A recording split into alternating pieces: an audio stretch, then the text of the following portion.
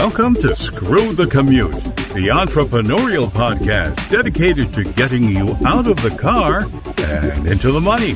With your host, lifelong entrepreneur and multimillionaire, Tom Antion. Hey everybody, it's Tom here with episode 1081 of Screw the Commute podcast. Today we're going to talk about superlatives. These are copywriting techniques and basically how you describe various parts of your business to set you apart from your competitors. All right, let's see. Hope you didn't miss episode 1079. That was the ins and outs of charitable giving, mostly from the angle of tax deductions, but lots of interesting things in that episode. Anytime you want to get to a back episode, you go to screwthecommute.com/ and then the episode number. Charitable giving was 1079. Pick up a copy of my automation ebook at screwthecommute.com/automate free. Version 3.0 is the current version. And check out my mentor program at greatinternetmarketingtraining.com and my school at imtcva.org, the only licensed, dedicated internet and digital marketing school in the country, probably the world, certified to operate by SCHEV, the State Council on Higher Education in Virginia. But you don't have to be in Virginia, because it's quality distance learning. All right, now that description I just said of my school is going to be used as one of the examples of superlatives, okay? So keep that in mind.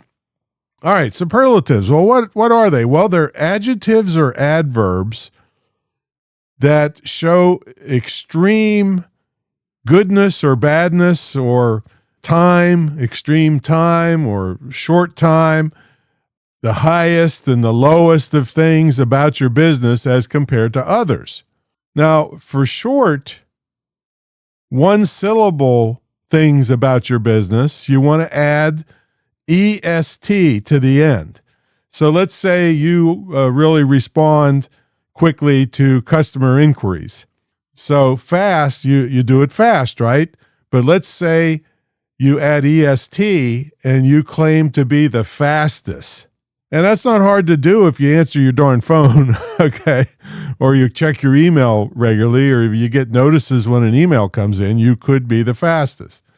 Or maybe you get results in the shortest amount of time. So it's short amount of time, but you're the shortest. You can get results for people in the shortest amount of time. That's a superlative. Or maybe you are a restaurant and you have large portions. Well, you could claim, I have the largest portions, or my restaurant has the largest. Those are superlatives. Now, if they're longer words, you can add the word most or least to them. So let's say you're talking about, let's say you're bragging that you're the most expensive, and so you're trying to get high-end clients. So I just used it there just without even thinking. The most expensive. Like, we're the most expensive and we're the highest luxury or the most luxurious. We're the most durable. Or it could be the least expensive. You could say, I'm the least expensive in my class, of people of my level. Now, if you're using this against a competitor, you got to be careful. Let's say your product is way more durable, but your competitors is the least durable of any of the products that, any of your people that compete with you. Well, let's say somebody is asking you online about some other competitor of yours, and you say, well, they're the least durable. Well, that might not be true. So make sure you are citing some other credible source because you don't want to get sued. Okay. So you could say, according to Consumer Reports, my competitor was picked as the least durable of any of the washing machines. So something like that. You don't want a lawsuit. But when you're talking about yourself, you can just say anything you want, basically, and then dare somebody to challenge you about it. You won't get sued by claiming yourself as the most expensive or the most luxurious. Not only are those kind of subjective things that how is somebody going to say take you to court and say, well, they said they were the most luxurious. It's like very subjective, but it does have a big effect on the people that may want to do business with you when you use superlatives. I'm the most, and and there's some other ones, best and worst. You can use. You can say, well, I have the best track record of all with the Better Business Bureau. And you could use worst. You could say, and some of my competitors, without naming them, have the worst track record. Just go over and check the Better Business Bureau. See? So nobody wants to accidentally hire the worst. All right. So they're going to go over there. And if you have a very high rating that is the best and they see it, you're probably going to get the business. Now, let me refer back to what I was talking about with my school. Here's an example of what I said. I said, I'm the only licensed, dedicated internet and digital marketing school in the country, probably the world. All right, let's break that down a little bit.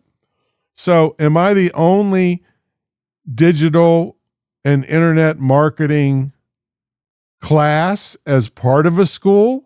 Well, there's tons of schools that are giving you e-commerce classes and crunching numbers and all kinds of stuff.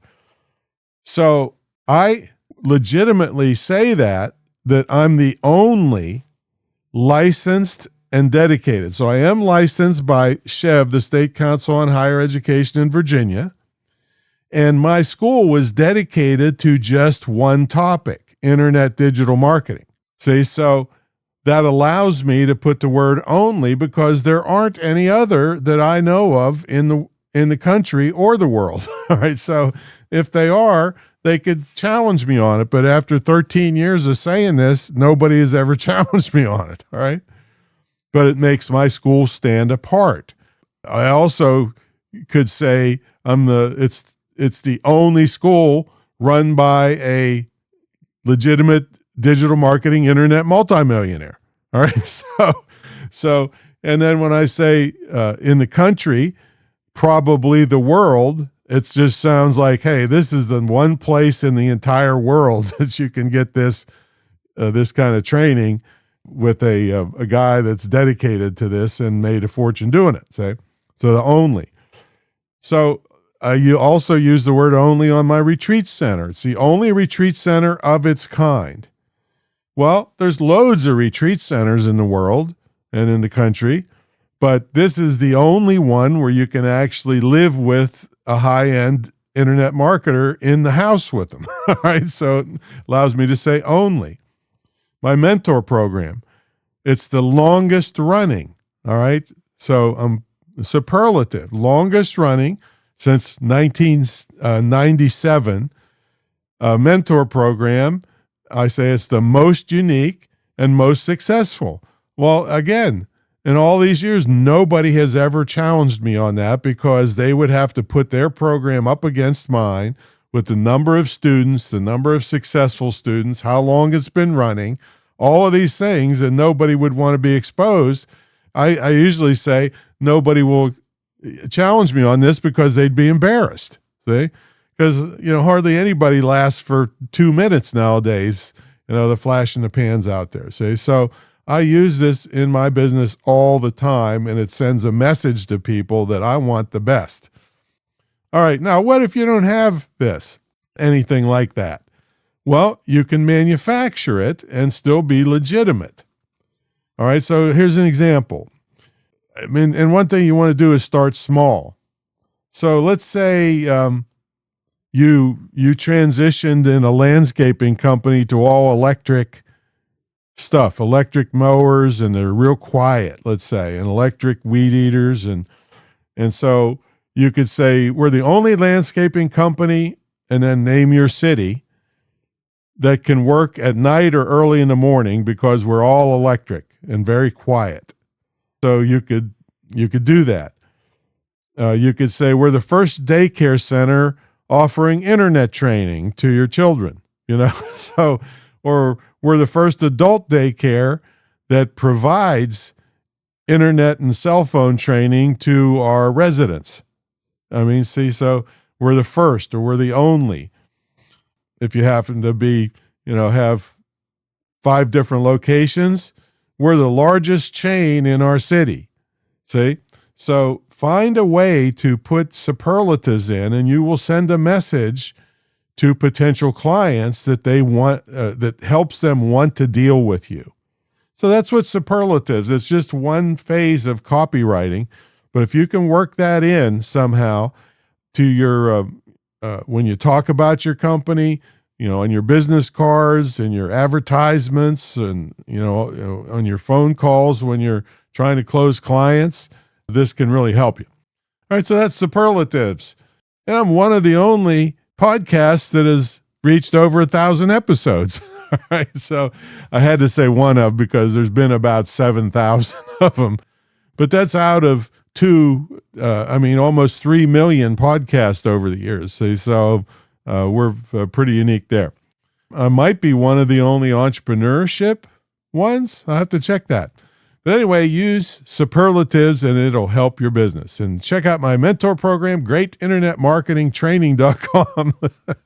It's the longest running, most unique, most successful ever in the field of internet and digital marketing.